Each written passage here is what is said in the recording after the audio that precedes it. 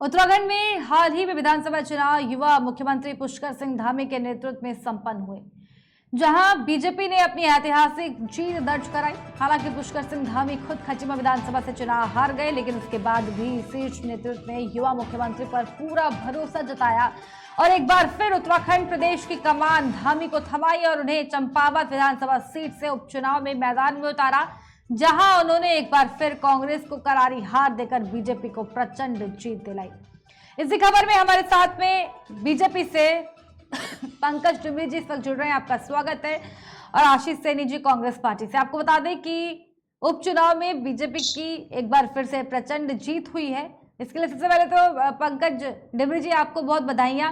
क्या कहेंगे एक बार फिर से प्रचंड जीत को लेकर के? एक बार फिर से आपने जो है प्रचंड जीत 55,000 वोट से एक बार फिर से पुष्कर सिंह धामी मुख्यमंत्री ने उपचुनाव जीतकर भाजपा को बुलंद किया है, भाजपा के झंडे को एक बार फिर से बुलंद किया है। क्या कहेंगे?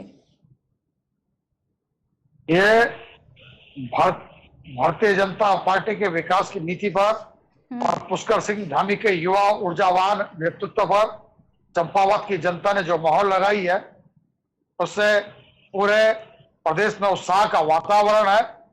और निश्चित तौर पर आने वाले समय में चंपावत कुमाऊं ही नहीं, पूरे गढ़वाल के विकास का केंद्र बनेगा। वहां विकास के नए मापदंड स्थापित होंगे और जिस तरीके से एक ऐतिहासिक मत चंपावत के लोगों ने पुष्कर सिंह धामी जी और भारतीय जनता पार्टी के पक्ष में अपना विश्वास जताया है, इससे पूरा सिद्ध होता है कि आने वाले लंबे समय तक भारतीय जनता पार्टी इस प्रदेश की सेवा के लिए और इसके विकास के लिए समर्पित रहेगी और पुष्कर सिंह धामी एक और अधिक ऊर्जा के साथ आने वाले समय में इस प्रदेश के सेवा के लिए तत्पर रहेंगे।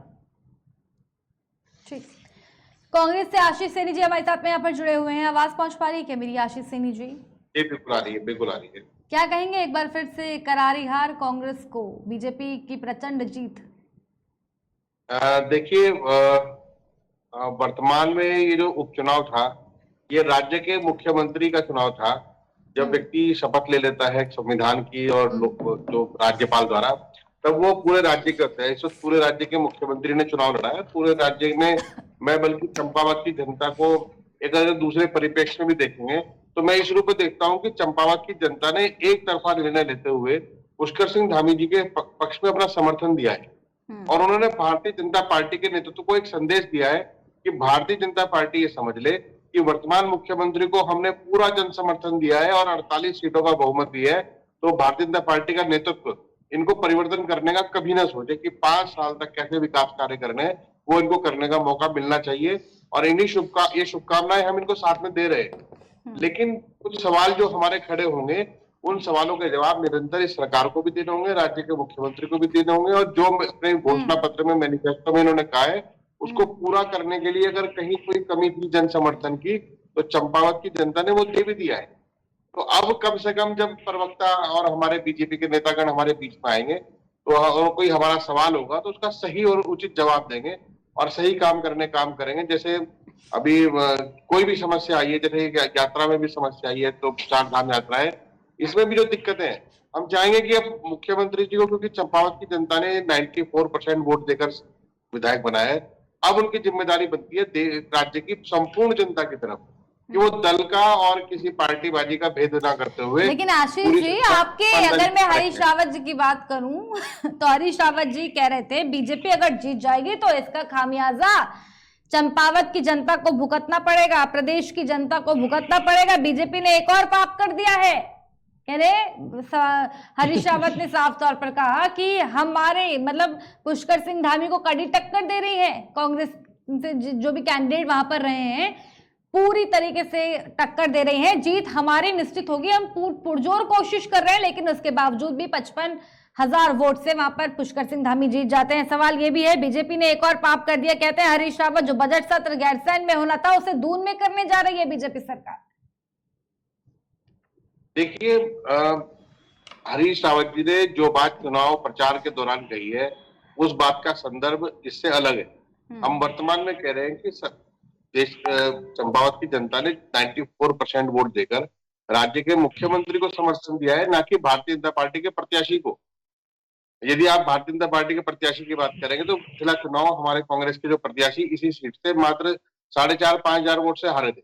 लेकिन ये जो समर्थन है राज्य के मुख्यमंत्री को दिया गया है, और राज्य मुख्यमंत्री को एक तरफा इसलिए दिया गया कि महाराज अब तो कुछ काम राज्य के हित में आप जरूर कीजिए, और हम आपके साथ, राज्य की जनता भी आपके साथ, सब लोग आपके लेकिन साथ। आशीष जी, सवाल ये भी है, जो मुद्दा लगातार विपक्ष ने उठाया, कांग्रेस इस मुद्दे को लगातार भुना रही थी कि 3 मुख्यमंत्री बीजेपी ने अपने कार्यकाल में बदल दिए, लेकिन जिस तरीके से बीजेपी की प्रचंड जीत होती है तो जनता ने साफ तौर पर बता दिया कि जिन मुद्दों को आप भुना रहे थे, जिन पर आप राजनीतिक रोटियां अपनी सेक रहे थे, वो धरातल पर वो मुद्दे थे ही नहीं सर।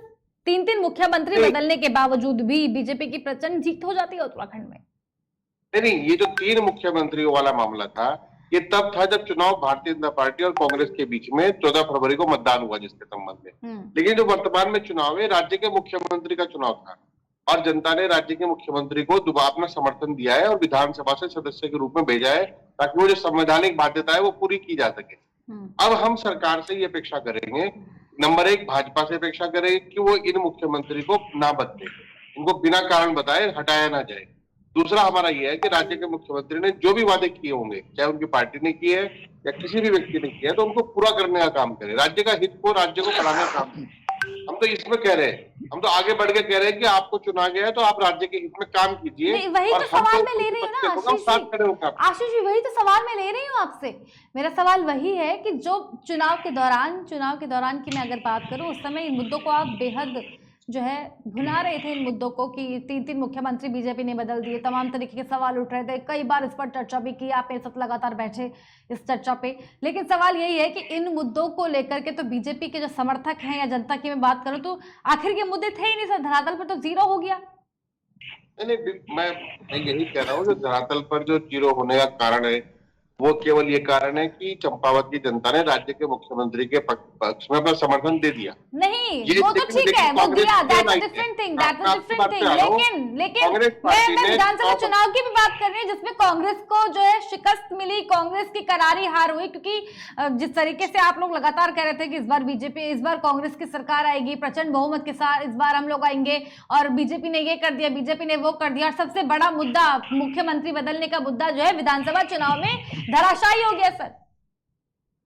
नहीं, बिल्कुल निश्चित रूप से धराशायी हुआ है। मान रहा हूं कि ये हमारा गलत आकलन था कि राज्य के मुख्यमंत्री को बदलने से राज्य की जनता नाराज होगी, लेकिन राज्य की जनता नाराज नहीं हुई। राज्य की जनता ने 3 मुख्यमंत्री बदले जाने के बाद भी भाजपा को अपना समर्थन दिया है। यही हमारे डर का कारण है कि ऐसा ना हो कि चंपावत की जनता ने 94% वोट देकर इन महानुभावों को मुख्यमंत्री पद पर अधिकृत रूप से स्थापित करने में सहायता की है, कल को ये भारतीय जनता पार्टी उनको धोखा देकर दूसरा मुख्यमंत्री न बना दे। तो उस पे आपको क्यों चिंता हो रही है? वो बीजेपी देखेगी ना। इसी भारतीय जनता पार्टी के नेताओं से हाथ जोड़कर निवेदन कर रहे हैं कि आप, अरे आपको क्यों इतनी चिंता हो रही है आशीष जी?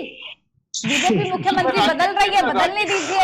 आपने इतना इस मुद्दे को भुनाया, लेकिन विधानसभा चुनाव में क्या हासिल पाया सर आपने? राज्य को लेकर है कि पूर्ण बहुमत और 94% वोट लेने के बावजूद भी अगर राज्य की जनता को कष्ट होगा तो निश्चित रूप से विपक्षी दल होने के नाते हमें भी कष्ट होगा। पंकज जी, इसी पर मैं आपकी प्रतिक्रिया चाहूंगी।